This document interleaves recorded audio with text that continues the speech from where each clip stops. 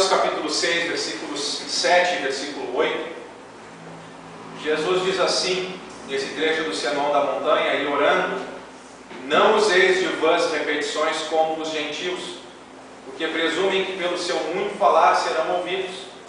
Não vos assemelheis, pois, a eles, porque Deus, o vosso Pai, sabe o de que tendes necessidade antes que lhe peçais.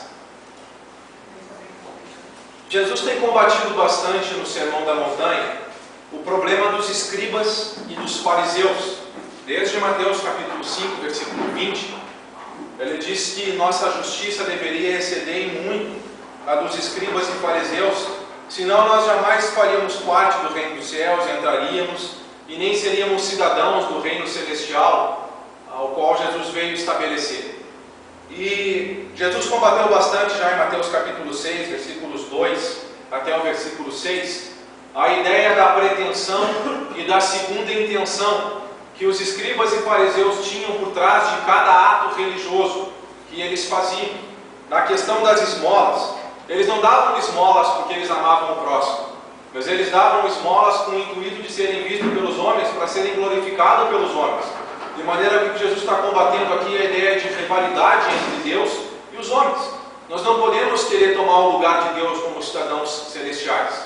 E a gente precisa aprender a se relacionar bem com Deus, porque se a gente não se relacionar bem com Deus, a gente não vai conseguir se relacionar bem com os outros. Jesus, quando ensinou, acabou Mateus 5,48, ele nos elevou ao próprio trono celestial, dizendo que nos relacionamentos entre os homens, a gente deveria ser perfeito como ele é perfeito. Mas para que a gente seja bom nos relacionamentos e perfeito como ele é perfeito, a gente precisa, antes de tudo, aprender a se relacionar bem com ele. E a primeira coisa que precisava ser quebrada, Jesus está falando, é o orgulho. E não só as esmolas os escribas e os fariseus usavam para ser vistos pelos homens. Ele vai falar mais adiante no final do capítulo que eles usavam um jejum para isso. E também a gente viu na última pregação que eu fiz sobre o Sermão do Monte, a ideia, versículos 5 e 6, que até as orações deles eram feitas para serem vistas pelos homens. E por isso eles faziam orações longas. Talvez eles queriam fazer as orações longas para que os conteúdos belos das palavras deles fizessem com que os homens fossem atraídos pelas palavras deles, então eles fossem aplaudidos pelos homens. Então, não só isso também. Olha para Marcos capítulo 12, versículo 40. Além dessa ideia um pouco de ser pavão, querer parecer mais do que os outros, que os escribas e fariseus tinham, e essa era a segunda intenção das orações, não tinham a intenção pura de querer relacionamento com o Senhor. Também, eles tinham uma segunda intenção de engano ao próximo aqui. Marcos capítulo 12, versículo 38 a 40. E ao ensinar, dizia ele: guardai-vos dos escribas que gostam de andar com vestes talares e das saudações nas praças, e das primeiras cadeiras das sinagogas, e dos primeiros lugares dos banquetes, especialmente versículo 40, os quais devoram as casas das viúvas, e para o justificar fazem longas orações. Estes sofrerão um juízo muito mais severo. Não faziam longas orações com a segunda intenção por trás. Invadiam as casas das viúvas, ganhavam a simpatia delas, ganhavam a confiança delas. Nossa, são homens de Deus, fazem essas orações longas, e ganhando a confiança das viúvas, roubavam o dinheiro delas, sei lá, para enriquecer ilicitamente. Em Lucas capítulo 21, versículo 5, diz que o pano de fundo por trás era ter bastante dinheiro para a construção do templo e embelezar mais o templo. Mas nunca uma primeira intenção eles tinham no coração, que sempre a oração deve ser a intenção pura de um homem que quer se relacionar com o seu Criador. Eles não tinham isso. E Jesus está falando para nós, discípulos do Senhor, que queremos fazer parte do reino, que essa segunda intenção de querer ser visto pelos homens, a gente deve quebrar no nosso coração e amar acima de tudo o nosso Senhor. Agora o foco um pouco muda. Em Mateus capítulo 6, versículos 7 e 8, que é o tema de hoje.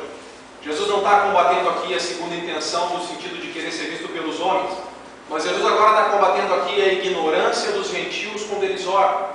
E os gentios, eles não são hipócritas, porque olha para o versículo 7, eles até presumem, eles até acreditam que pelo muito falar eles vão ser escutados pelas divindades.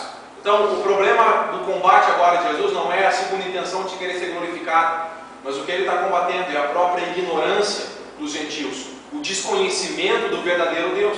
Inclusive vocês lembram quando Paulo pregou em Atenas, Atos capítulo 17, versículo 16, que ele ficou revoltado, quando ele viu a idolatria dominante na cidade. Então ele começou a discorrer na sinagoga com os judeus e com os gentios, e também na praça de Atenas, falando a respeito do nosso Deus verdadeiro e pregando sobre Cristo e a ressurreição. E as pessoas de Atenas não cuidavam de outra coisa senão saber das novidades. Então convidaram Paulo para ir no aerópago da cidade, para que pudessem dar maiores explicações sobre essa doutrina estranha, entre aspas, que Paulo estava trazendo. E Paulo, em Atos 17, 22 e 23, ele teve uma sacada de sabedoria ao pregar. Ele falou que passando pela cidade, ele viu um altar, que era em homenagem a um Deus desconhecido. Pois a esse Deus desconhecido, que os gentios da cidade não conheciam, é esse justamente que ele estava proclamando, que é o Deus verdadeiro, que não é uma criatura que precisa ser servido por mãos humanas ou que habita em templo feito por mãos humanas, mas é o verdadeiro Deus que é o Criador de todas as coisas e que dá vida para todas as coisas e que dá respiração e tudo mais, e que dele dependemos, e nele existimos, e nele nos movemos, etc. E Paulo estava então com a pregação do Evangelho, tirando a ignorância da ideia do que é o verdadeiro Deus para aqueles gentios. Poucos se converteram na cidade, mas o Evangelho foi pregado lá. E o Evangelho se propõe a isso, a tirar a ignorância das pessoas, a tirar a confiança num Deus que não existe, para que as pessoas possam depositar a sua fé íntegra num Deus verdadeiro. Agora, os deuses dos gentios e o tipo de oração que eles faziam estava muito baseado no Deus que eles acreditavam. O Deus dos gentios não tinha nenhum poder. E os deuses dos gentios, eles não tinham nenhuma compaixão, nenhum amor pelos seus adoradores, e também não tinham nenhuma circunstância de atender às necessidades dos seus adoradores, porque eles eram deuses desatentos. Claro que isso é uma ironia, porque na verdade, como o Salmo capítulo 115 fala, são deuses que nem existem, que têm olhos e não veem, que têm boca e não falam, têm ouvidos mas não ouvem, etc., porque são deuses mortos. Mas olha para 1 Reis capítulo 18. É a época da história em que Acabe, um rei de Israel, casou com uma rainha chamada Jezabel, que ela era filha do rei de Sidom. E Acabe foi um rei muito mau, nos mostra o trecho de 1 Reis capítulo 16. E ele instituiu idolatria no reinado de Israel. Instigado pela sua esposa, ele instituiu a adoração a um deus chamado Baal, que era o deus das chuvas. E, ironicamente, foi a época que menos choveu na história de Israel.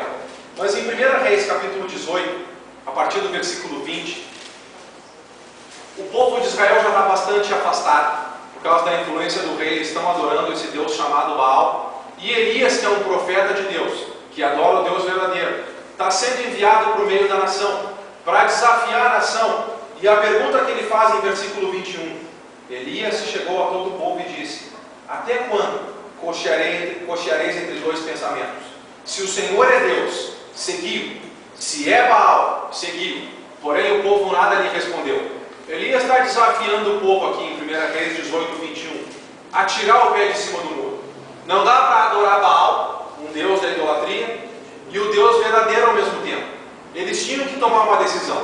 E esse Baal, assim, tinha 450 profetas instituídos como sacerdotes desse Deus, que mais ou menos mediavam a adoração do povo em relação a esse Deus Baal. Então Elias, nesse capítulo, está fazendo um desafio. Os 450 profetas de Baal têm que pegar um cordeiro assim, e cortar ele em pedaços, construir um altar, e clamar para o Deus deles, Baal, para que esse Deus mande fogo do céu, e consuma o sacrifício. Se verdadeiramente esse Deus fizer isso, o Deus Baal fizer isso, e mandar fogo do céu, então Baal é Deus, e que o povo siga Baal. Mas, se o nosso Deus verdadeiro, porque Elias ia da parte dele também sacrificar um cordeiro, iria colocar o cordeiro para sacrifício no altar, iria invocar a Deus, para que Deus enviasse fogo do céu. Se o nosso Deus verdadeiro então fizesse isso, então Deus verdadeiro era Deus, e o povo deveria seguir Deus. E olha 1 Reis capítulo 18, versículo 24. É um pouco da história para a gente pegar o contexto. Então, invocai o nome de vosso Deus, e eu invocarei o nome do Senhor. E há de ser que o Deus te responder por fogo, esse é que é Deus. E todo o povo respondeu e disse: é boa esta palavra.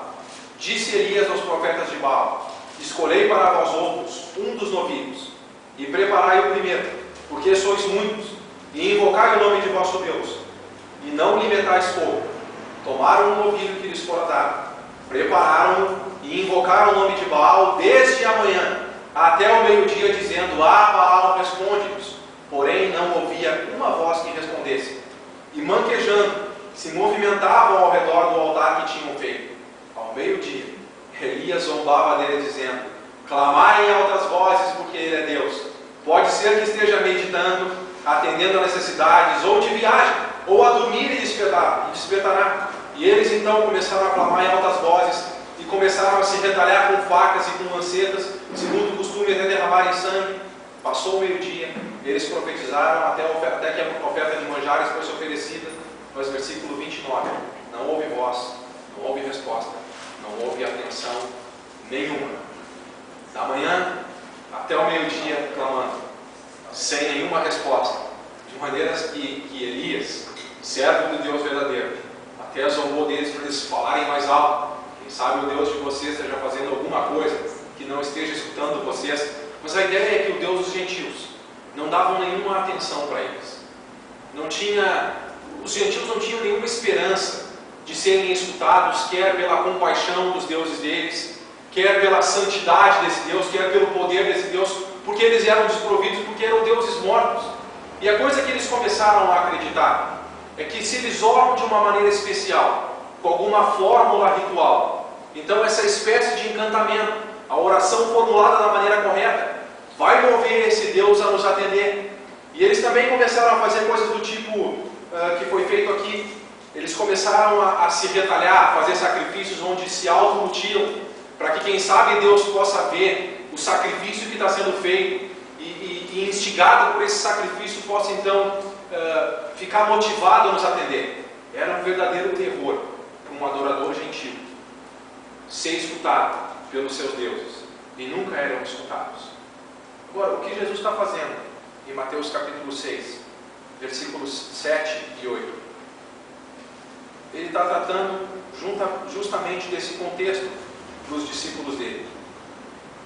A chave da prece para os gentios, Mateus capítulo 6, versículo 7, estava no muito falar. Eles presumiam que pelo muito falar, pela fórmula correta, pela longevidade da oração, então esse Deus deles iria escutar eles. E Jesus está falando que nós, como discípulos, versículo 7, não precisamos desse tipo de vã repetição, de uma oração mecânica, onde a gente fica repetindo de uma maneira esquematizada as mesmas palavras para que o nosso Deus nos escute. Não, a gente não precisa disso. Agora, o que Jesus está nos ensinando nesses versículos 7 e 8 é que, principalmente a primeira parte do versículo 8, a gente não precisa se assemelhar a eles. O nosso Deus não é nenhuma espécie de máquina, onde pelo número de orações ele vai nos escutar, ou então pela formulação correta ele vai nos escutar.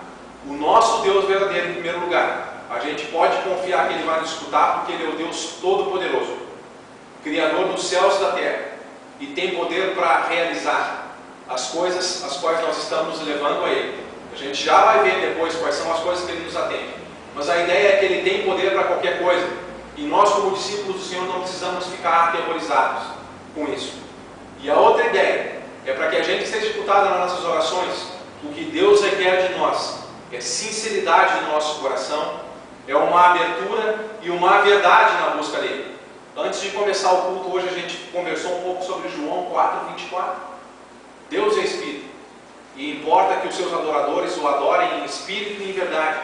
O que Deus está procurando como verdadeiros adoradores é homens e mulheres que entendem que ele é um Deus vivo, e ele está buscando em cada um de nós uma comunhão real, onde conhecemos a existência dele e de maneira real também nós expressamos o nosso coração, os nossos anseios de maneira sincera e aberta, sem nenhuma espécie de divisão do coração.